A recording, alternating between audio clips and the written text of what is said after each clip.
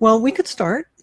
We are recording this, and it can be available for people who do come in late. They can come back and see it from the beginning. So welcome to those of you who've joined us. I'm Evelyn. And I'm Carrie. And we're going to introduce ourselves to you for those of you who may know one of us but not the other, or this may be your first time interacting with either one of us. So my name's Carollynne Conlinn, and I'm a coach, facilitator, and trainer. I specialize in especially in negotiation, and particularly negotiation for women and leadership issues as well.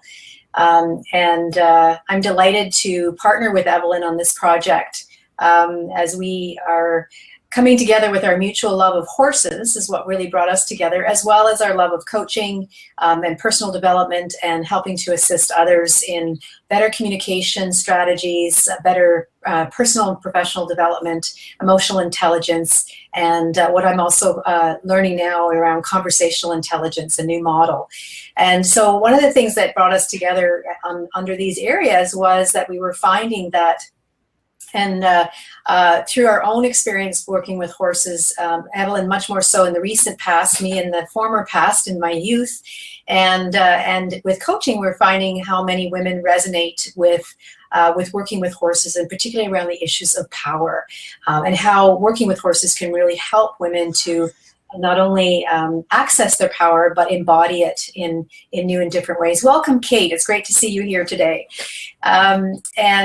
So that's what's brought us together, and we've put together this conversation series, which you're joining with us today, to talk about women in power and to interview women leaders, one each month. And as you'll see today, our leader for today was not able to join us live on the call, but rather we have a videotaped interview between her and Evelyn out at one of our favorite horse farms in Langley called Wisteria Acres. I'm going to turn it over to Evelyn so that she can introduce herself, but because I know a little bit about Evelyn and I spent the day with her out in Wisteria yesterday, she's the author of a brand new book with this beautiful cover called The Executive Horse, and that's going to definitely be part of what we use going forward as well. So Evelyn, you want to say a little bit about yourself and how you got to the book? Thank you very much, Carrie. That's very generous of you.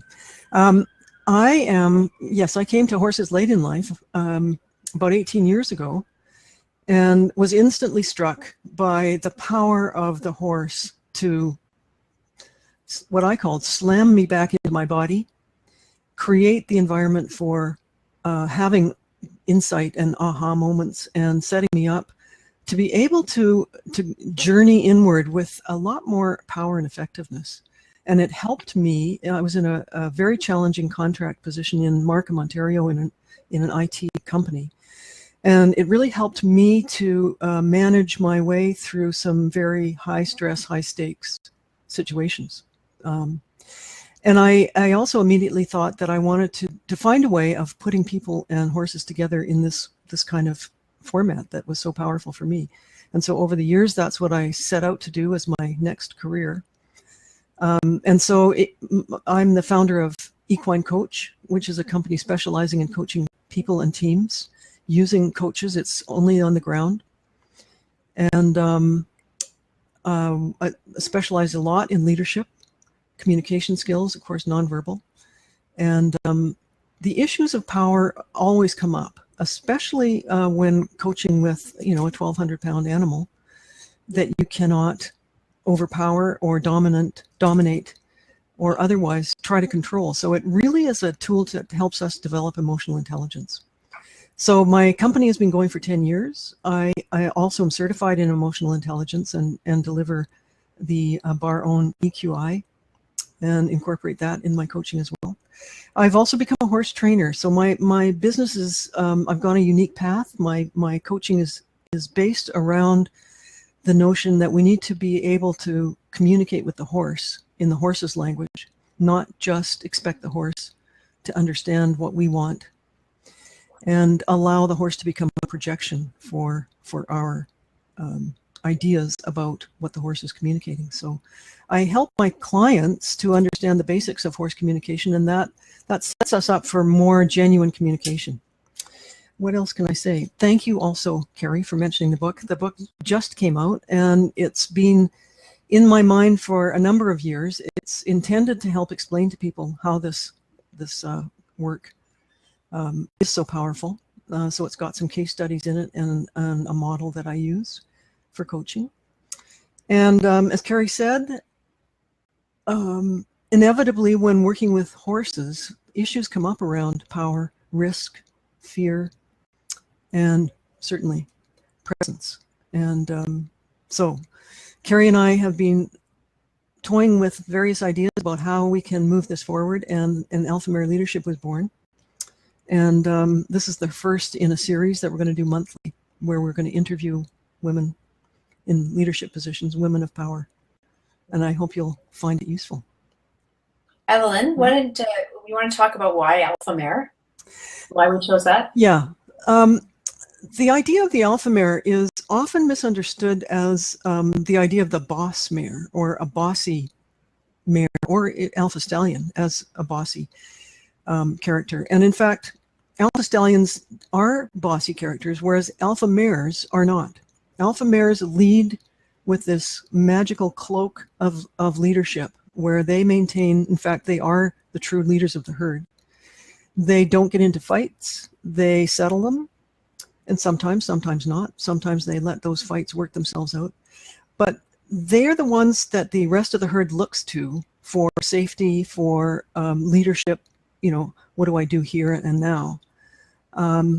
And it's a very interesting thing to watch a herd of horses and see how that leadership is manifested. So it's a great model for us as women because, and as you'll hear in the interview today with Carollynne, trying to mimic male power doesn't necessarily get us anywhere. So understanding female power, and specifically alpha mare power, is a very powerful way to manifest your own power. So that's one of the reasons why we chose that as a model. So Carrie, shall we start? Let's do that. Okay. Let's do that. Now, I know Evelyn had an opportunity to meet with our first guest in our very first monthly conversation, Carollynne Conlinn, and she and Evelyn met about a month ago out at Wisteria Acres, and Evelyn was able to give her an experience of working with the horse and coaching, using the coaching methodology, and then interviewed her. So that's what you're about to see, that Evelyn's going to help set up before you. Yes. Unfortunately, Carollynne is over in Europe right now. So normally we want to be able to have our women guests live on the call, but because she was going to be away, we made a videotape of it. We've got it in 2 segments. So we're going to play the first half and then stop and perhaps take questions, or we've got a couple of polls we would like to offer out to you. And for those of you who, by the way, are interested in getting on a mailing list, please give us your email address. Either put it in the chat or send it to either Carrie or I. You can find us both on the web. And we're just constructing our website and email database, and we want to be able to keep in touch with you and let you know about these monthly conversations and events that we plan for next year. And just so you know, if you happen to be on either my or Evelyn's email list currently, that we actually, due to privacy laws, can't migrate you over to the Equine Coach email list or the Alpha Mare Leadership email list. It's something that we would need you to opt in personally. So by giving us permission on this call or via a separate email, we can certainly add you to that list and keep you close in contact with our next events and issues around Alpha Mare Leadership. Yes. Now, Kate has suggested that on the theme of the horse, that some people have more experience with horses than others. And she says, I'm sure you've thought of this. I'm someone with more experience with horses. I can feel the urge to explain why horses to non-horse people. How do you and can you incorporate people with horse experience? So I think what I'm going to do is just touch briefly on that for now, Kate, and hopefully well, actually, you're not going to be able to see the coaching experience during the call.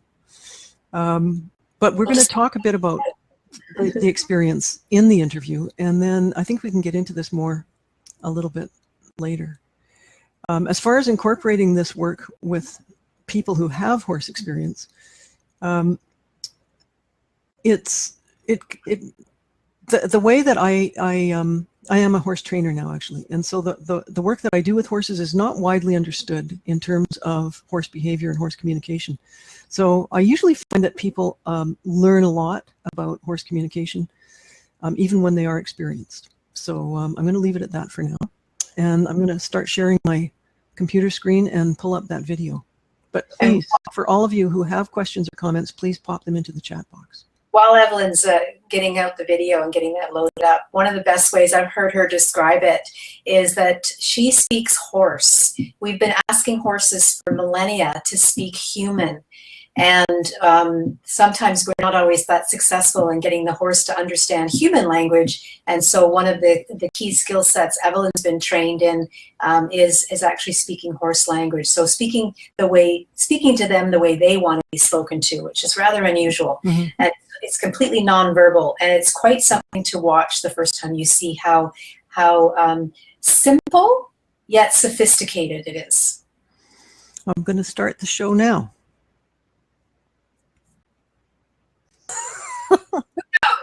I'm so sorry about this.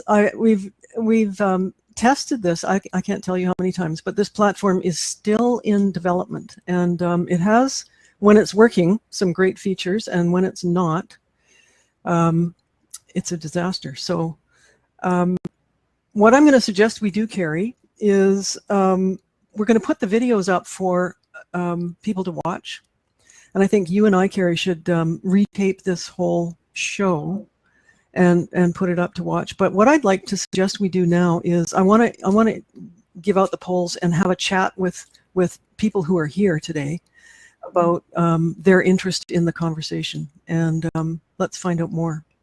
That'd be great. And the next time we do this in November, we're going to do a much better job. Well, and we're going to have somebody live on the call in November as well, so we likely won't have to do the video. Yeah. Yes. And I don't know what happened there with my mic. I had to log out and start all over again. So anyway, I've sent out one of the polls that we have, which is what questions do you want to explore on the topic of women in power. So please give us your answers. And in the meantime, any one of you is welcome to pop something into the chat, and hopefully we can make something out of this time that you're with us. Whether you've got something that you're challenged with power, we do what do you say, Evelyn, about 5 or 6 questions that you would ask Carollynne that we're looking to ask our guests in our conversation, and also then looking for what of those questions interests you, as well as what are some pressing issues for you when it comes to when you think about power. Yeah. Key challenges. So we're really curious to know what are some of those areas for you. Yeah, I think there are actually about 7 questions, and we start with what's the definition of power for each of these women that we're interviewing, and when they first became aware of their power, what is giving some examples of that. In fact, we're going to show you the questions on the second poll, and if you can give me some of your responses to the first one, I'm looking forward to sending the second one out. They include, show me the questions. Okay, someone wants to see the questions. I'm going to send that one out then.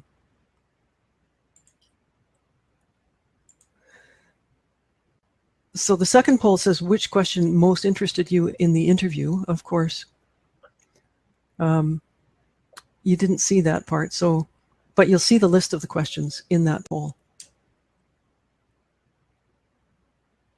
So those seeing them after the video might spur on your answer according to how Carollynne answered the question that might have been most interesting to you. The question itself might be interesting as well. So at this point, let us know which of these pique your interest the most.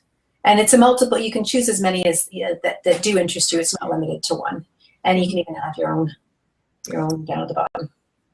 when I was interviewing Carollynne, one of the things she talked about in terms of when she became ultimately a VP in a large Canadian corporation, and then left to become an executive coach, and is a founder of Essential Impact, and was in fact Canadian Coach of the Year a couple of years ago. When she was talking about how she came to know about her power, she was in a corporate environment where she said she just started to experiment. And she related the story of going in to meet the president one day, and he was someone that was not very popular as far as leadership. And she even used the expression, somebody died at their desk under his leadership, which I thought was a colorful way of expressing that. Anyway, she related the story of going into his office and being in a bit of a playful mood. She decided to experiment. He had his desk on a platform so that even when he was sitting down, he was more or less raised up above others physically. And so she said, while in the middle of the meeting, she just decided to stand up and talk to him. So that put her in a position of height over him. And she said he just lost it. He had to stand up. He got flustered.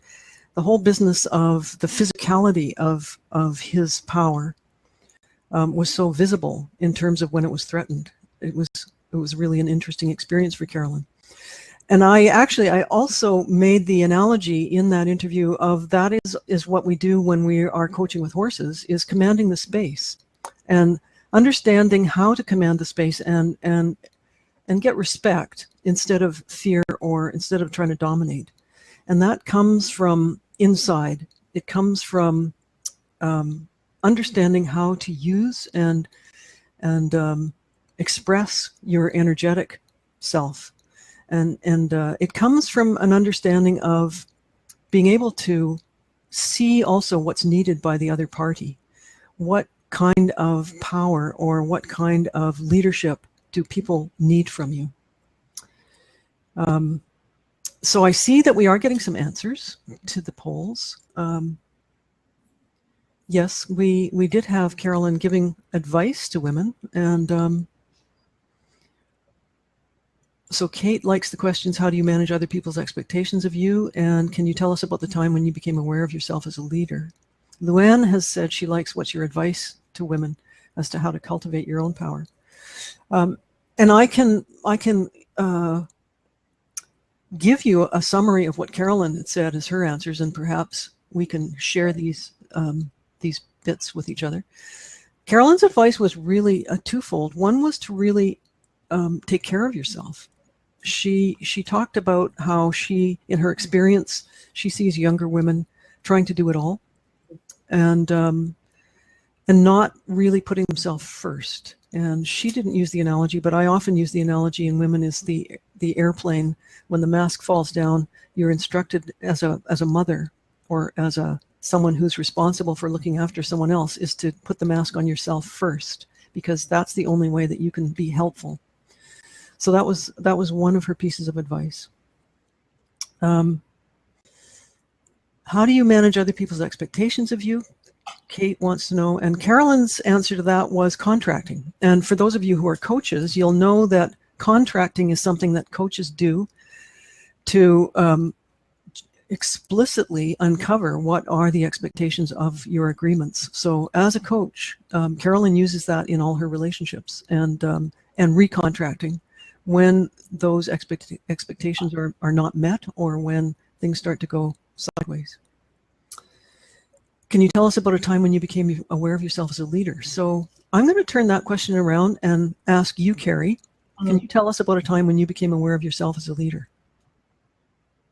Yeah, this is this is where we're going off script for sure. Yeah. I would say that well, it's happened probably in a lot of different circumstances. One, the classic one is when I had people reporting to me. That's a classic, formal leadership position. But I think it's come in many different ways, where there's opportunities to be a member of a group doing responsible for a particular outcome, and stepping into providing or offering an opportunity to lead in a particular direction, or taking over the responsibility for something specific with regard to that project. I actually say probably the biggest one early in my career, actually, I wasn't actually supervising anybody, but when I became counsel at the Pay Equity Commission, I was responsible overall for the legal strategy for the Pay Equity Office and for advising others. And so I think in that place is probably where I first really experienced being in a leadership role where other people were looking to me for guidance in how to make choices, how to make decisions.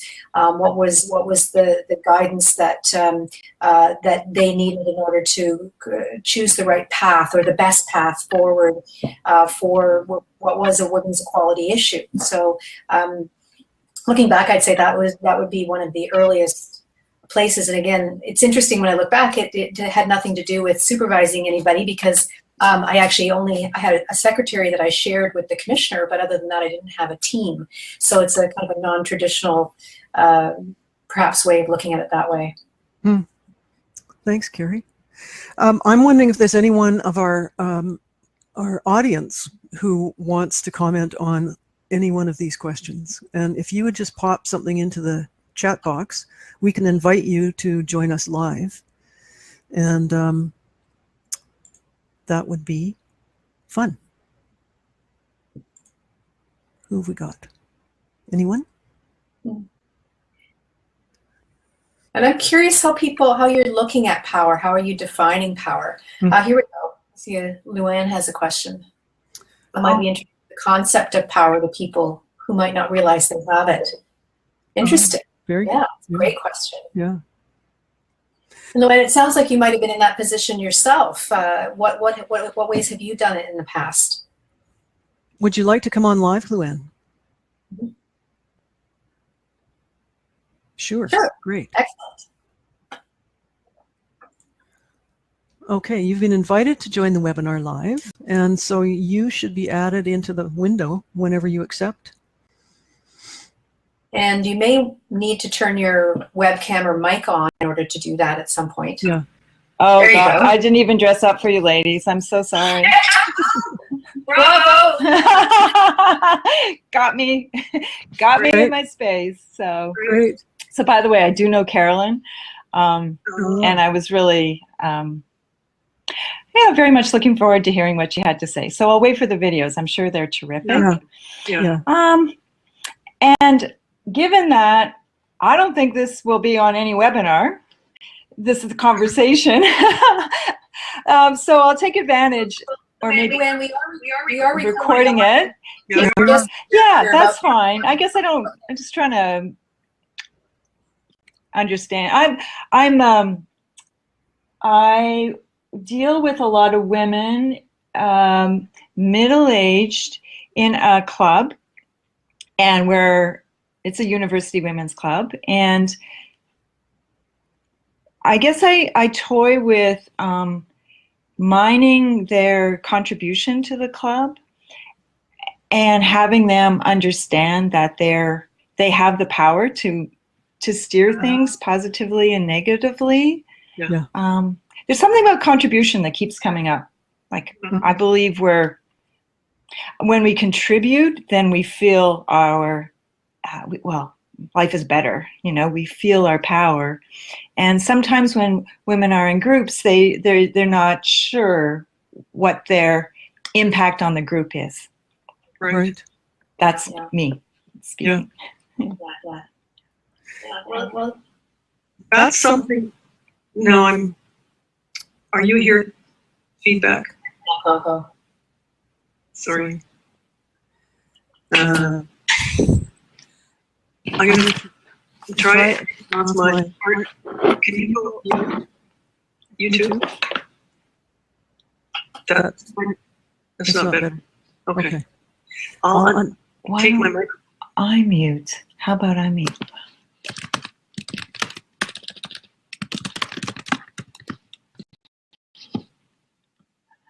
Yeah, try and see how.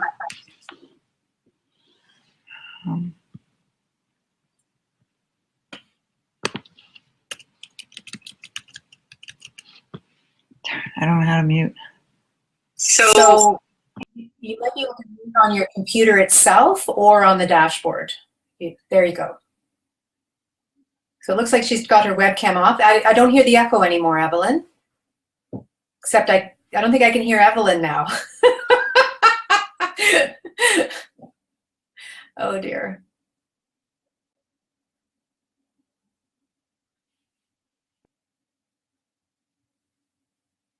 Okay, Evelyn, I don't know if you're going to have to go out again and come back in on that. It's there we got some tricky bits, but while she's coming back in, I'll pipe in, Luann, with your question, just some of the reflections on. I think we often, as women, I find many women are uncomfortable with the notion of power.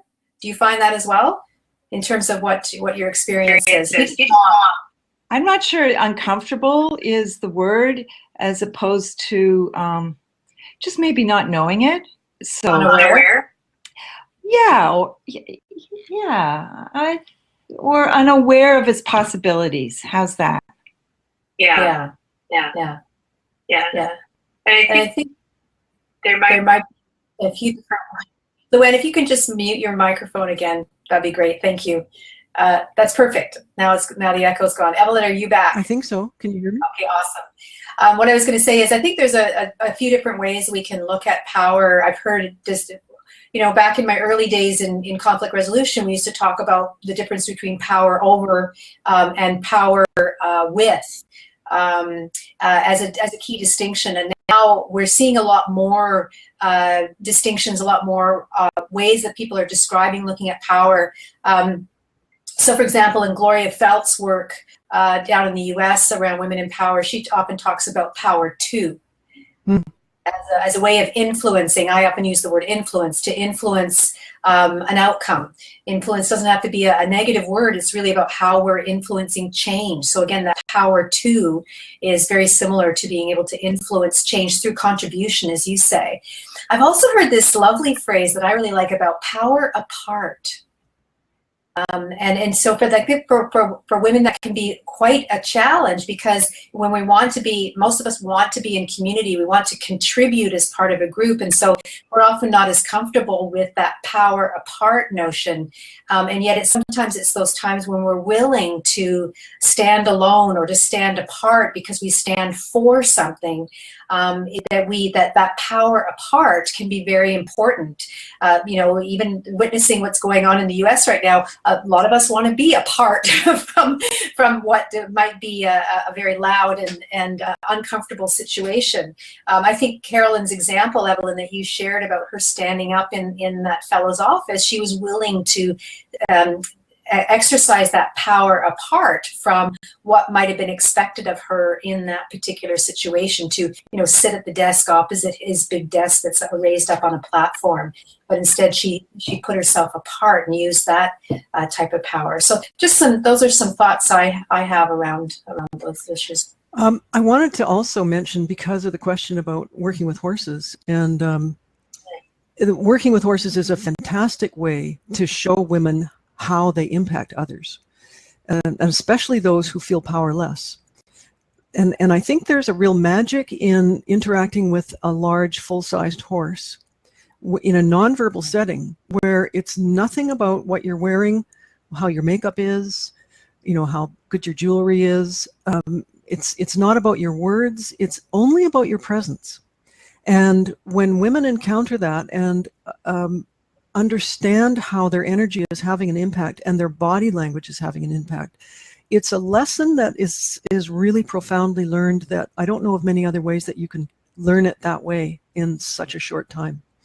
So, and as far as taking your own space, protecting your own space, setting boundaries and not permitting crossing of boundaries, learning how to be assertive instead of aggressive or passive, it's a very powerful way for women to understand that, and then take that back into their lives, either in groups of other women or in the workplace or even at home.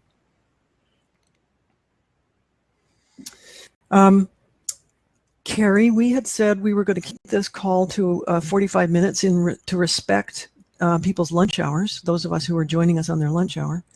And so we've got about 6 minutes left.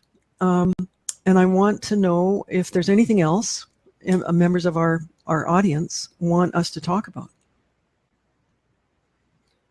And or if there's anyone else who wants to be invited to comment. Okay. Like come on the call live.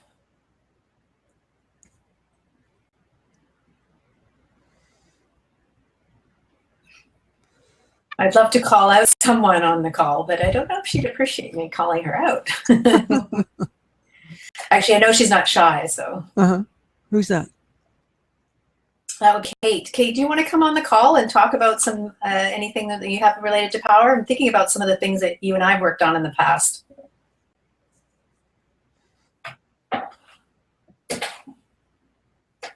Yes, you, darling.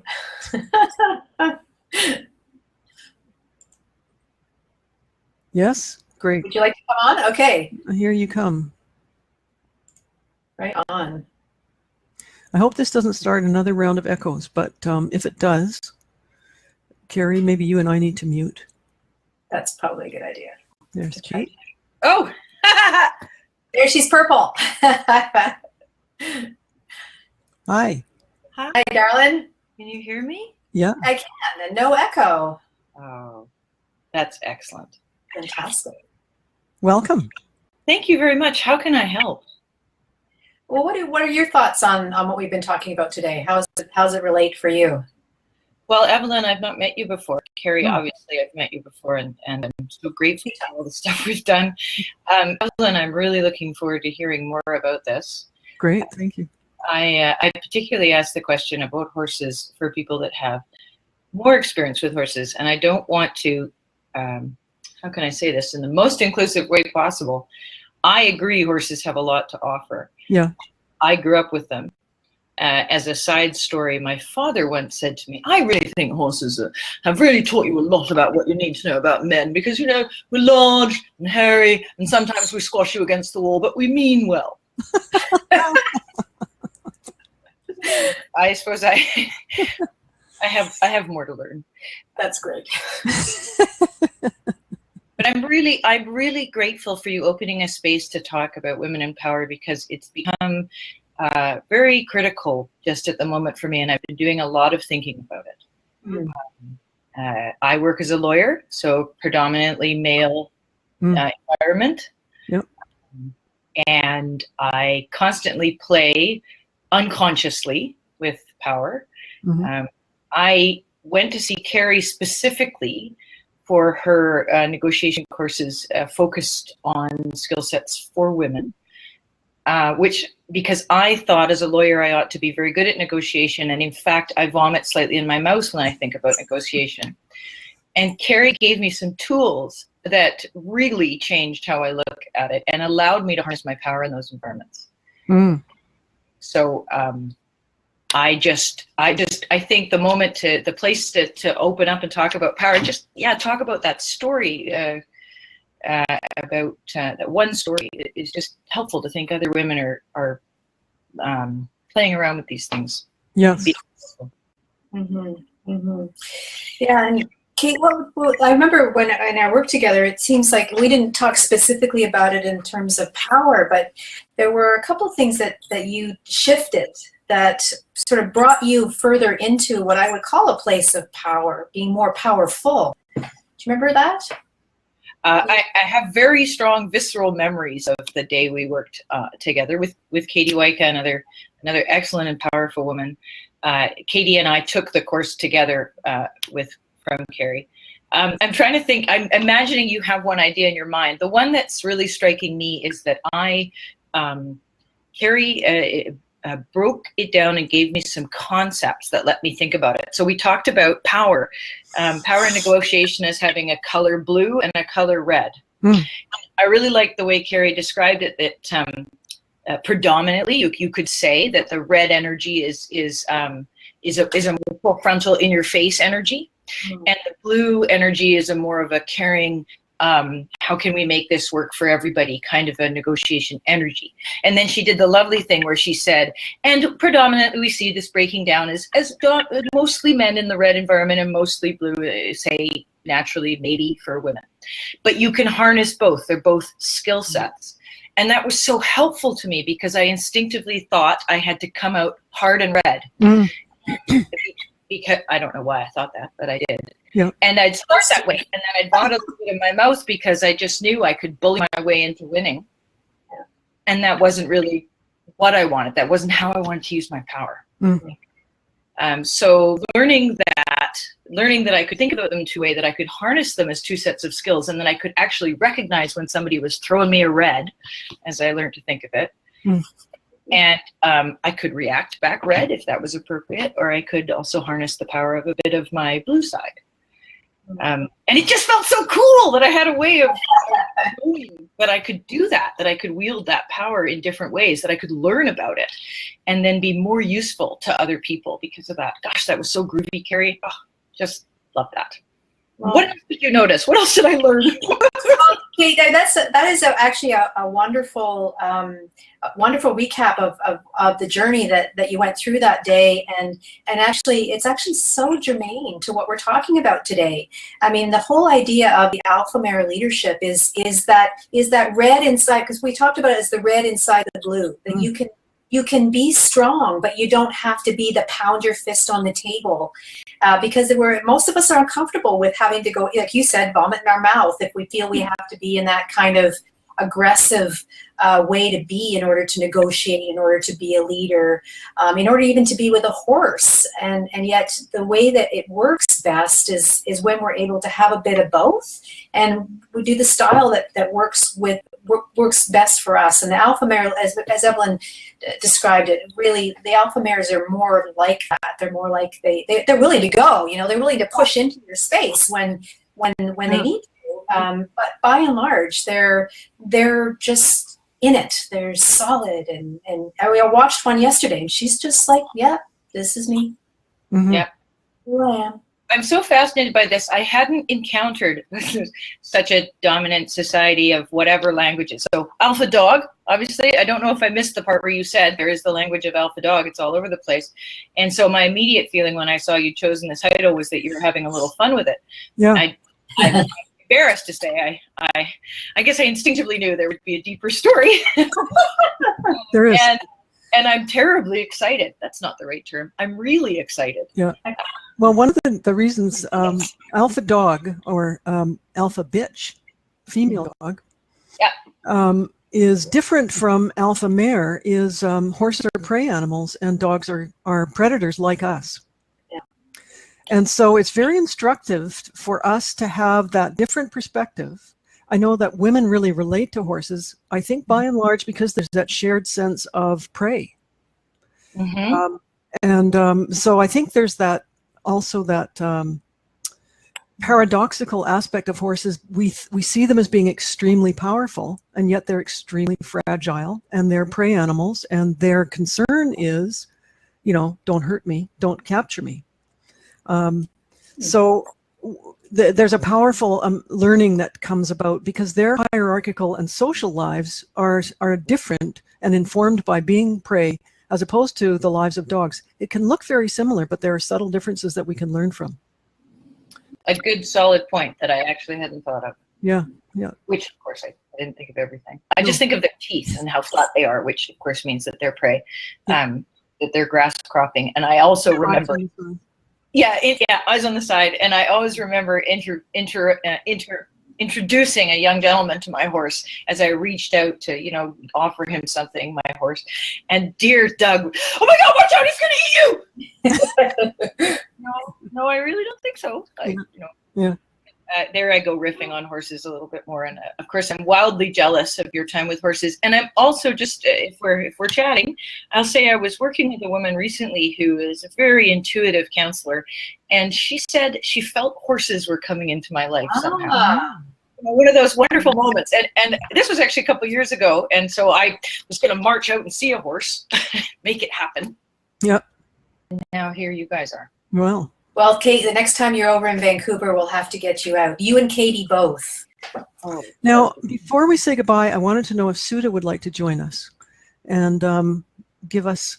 Would you like me to leave so there's space on the screen? No, it's fine. We can have No, I think it'll just continue to shrink us until we can all fit. Sudha, would you like to join us? Just pop an answer in the chat window and I can invite you in. I think you're still on the call. I think so. I'm going to go ahead and invite you. And don't be shy. Please come on in the call and say hello. And there. Well, it's probably maybe in an awkward environment. So. Yeah. Oh, okay. She says, I can't speak well. Okay. So that's fine. And I think we're going to wrap up. Oops. Oh, Hi. Sudha. Thank you. Thank you. I'm not sure if I can speak well, but I was interested in the questions that was presented in the invitation, and it was a very good, I'm not sure, very good presentation of both of you, Evelyn and Carrie. Thank you so much. And also, it's good to speak about one of the questions that was mentioned. How do you navigate power relations at work? Right. Maybe in the next webinar. Yeah. Yeah. Just this.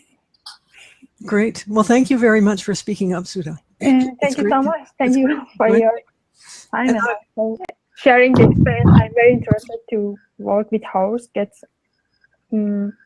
familiar with these type of things, and it was a good experience. Thank you. Great. Thank you. I think next time we're not planning normally to show video, so hopefully we're not going to have these problems in the future. But I'm really thankful that you all joined us today. And if you do want to be on a mailing list, please just shoot us an email and we'll pop you on our list, as we're just starting to build that website. And I look forward to seeing you next time. Next one is November 23rd at the same time. Okay? So it'll be Wednesday. We're looking to do a regular day of the week as we move forward. So we're hoping to do Wednesdays every month for the next little while. So please join us again, and we look forward to seeing you. And we'll send you the link to the video so you can have a look at Carolynne's interview. Thank you all. Thank you. Thank you all for joining us. Great to see you, Kate.